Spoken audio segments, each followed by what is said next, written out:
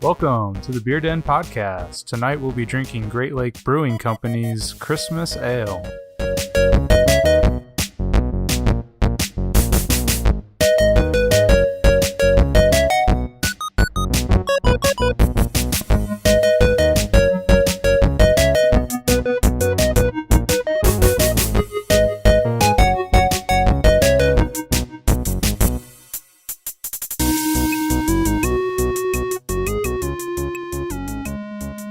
Hey everybody, welcome back to the Beer Den Podcast. My name is Ethan Hoopy. And I'm Michael LaRoe. Tonight we're drinking Christmas Ale by Great Lakes Brewing Company.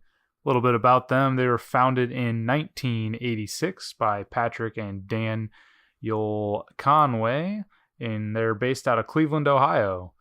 They have a philosophy of passion for your product, respect resources, foster relationships, and share success. And part of that sharing their success, they actually give back 1% of all their sales to the community, which that's pretty sweet. Not a lot of places actually do that. Yeah. So to give back, that's pretty cool. They also are focused on sustainability, and one way that they do that is they have actually renovated some 19th century buildings for their headquarters, for their brewing facilities. So they have, I can't remember what the name of the building is, but it was like one of the last brewing companies that was in Cleveland. They took that building and like updated it for their current facility. Oh, that's really cool. So what do you think about this Christmas ale? So first thing I noticed, it's pretty hazy. Though as it kind of sits there, it actually clears up just a bit. It's kind of a reddish brown. It almost has a consistent, like not consistency, but the same color as like a batch of sun tea, like that you'd brew on like your back porch. Yeah, it's like a really dark amber. I noticed there wasn't much of a head to it. There wasn't much lacing on the side of it either. It doesn't really stick to the glass. Aroma-wise, though, I was really getting just a little bit cinnamon, which is typical for like Christmas ales. Yeah, a lot of them have like a little bit of cinnamon in them. But I was really picking up like a honey scent to it. And it's supposed to have honey in it. So, and I'm a big fan of honey. So like, I really like that you can taste and you can actually pick up on that scent. Yeah, it definitely has sort of a sweet caramel sort of flavor to it. And it's taste and smell to it, and that is really good. And you find that a lot again in like holiday winter beers. So there's also kind of it's very vague, but like a slight piney scent that I pick up. Okay. It's not strong at all, but I feel like there definitely is like a sort of floral smell to it, kind of outdoorsy. As far as flavor, like there was a big burst of flavor up front. Like it starts out strong, but then it kind of mellows out a bit. So yeah. I pick up on that honey flavor.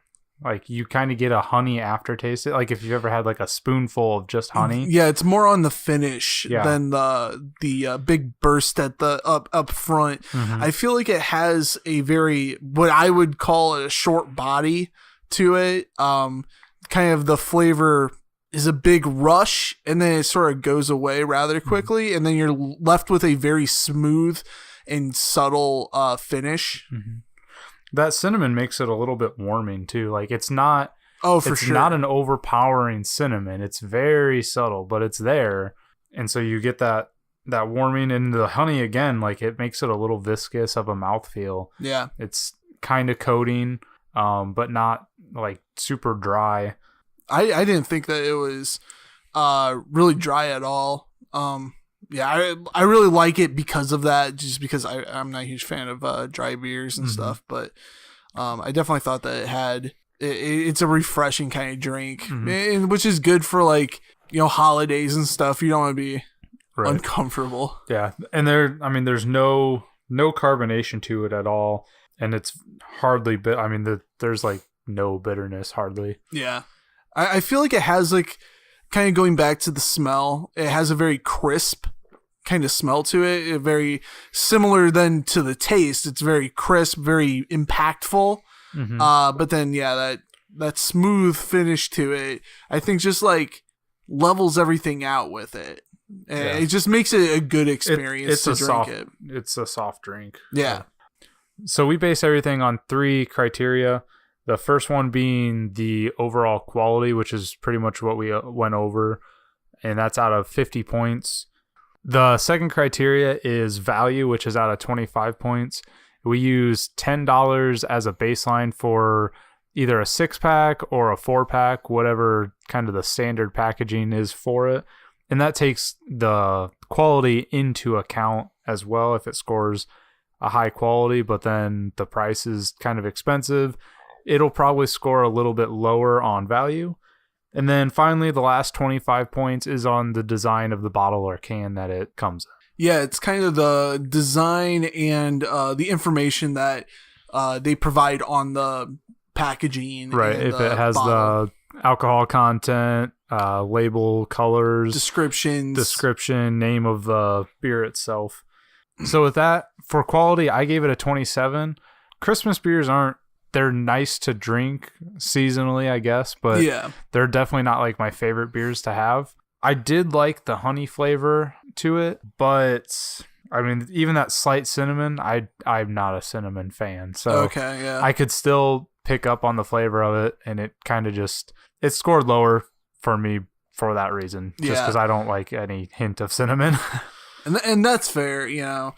Sometimes it's really difficult to like put into words why you don't like something. It's just that it's not as good as, some other type of beer or something that, that you liked a lot more. Yeah, for me, I mean, I really enjoyed the sort of caramely honey flavor. I thought that the kind of crispness up front was really unique. And so I ended up giving it a 42.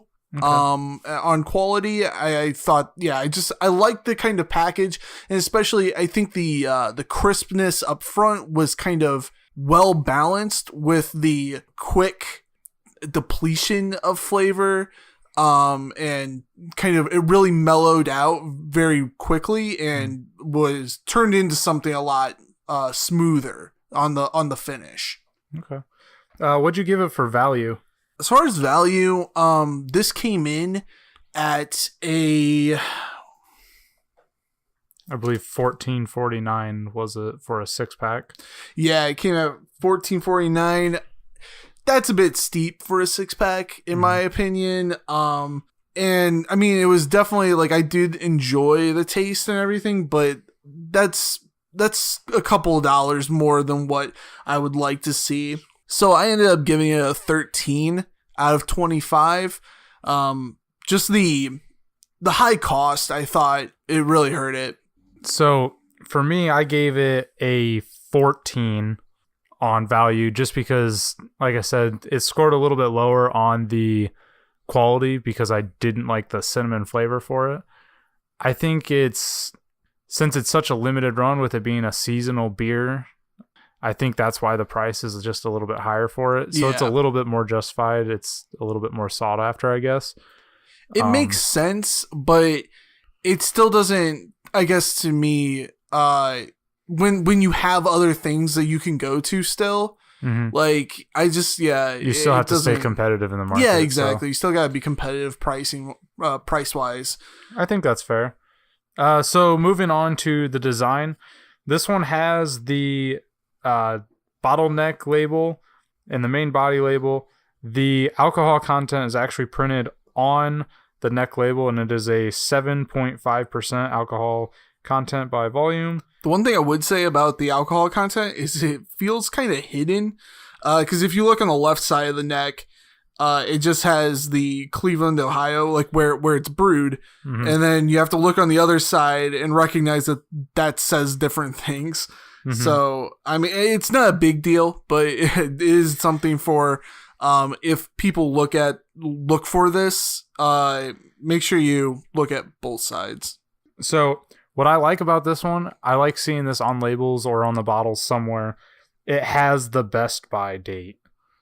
And that's like, especially when it comes to beer, craft beer, like you want to get it when it's fresh. Yeah, you want to make sure that you know when it was, or at least roughly when it was produced, and when at least they kind of say you should probably, or at least know when they say that it's not going to be as good as maybe up to their own standards. So you can kind of gauge by that. That's nice because you get to see that the actual company cares about their standards. Yeah, not just, exactly. Hey, buy our beer, and whether it's good or not, like just keep buying it. Yeah. Like they have a vested interest in it. They want it to taste the best that it can. Yeah, they're okay saying, hey, past this date, it may not be as good.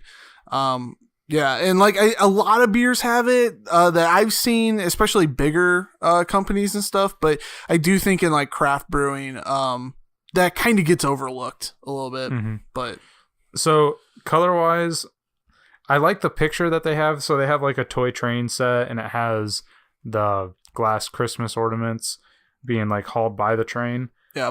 It has this like light purple color. I think they kind of go with that color tone with a lot of their artwork on their bottles. So yeah, amongst other Great Lakes bottles, I don't know if this one would really stand out as much. I definitely don't think it would. They have definitely like a theme as far as their art goes, and it's very kind of simplistic. There's usually a focus to it, some sort of an object. I mean, it looks professional, but it's not popping out at you, which is something that we've talked about multiple times, that we like something that's going to like grab your attention. Mm-hmm. Like that's definitely something that's important to us when it comes to the design of a beer. These are craft brews. Have some fun with it, and not everybody does that, but it's nice to see. Yeah. So I gave it a 15 on the design. What was your score on design? I was really close to that. I was at an 18. Okay. So for you, total wise, that gives a 73. Myself a 56, so average that out. We have a 64.5 for Great Lakes Brewing Company Christmas Ale. Hey everybody, thank you for listening to another Beer Den review. Don't forget to follow us on social media, links down in the description. Subscribe, like, and share, and if there are any beers you would like us to try out, leave them in the comments below. We'll see you on the next episode of the Beer Den Podcast.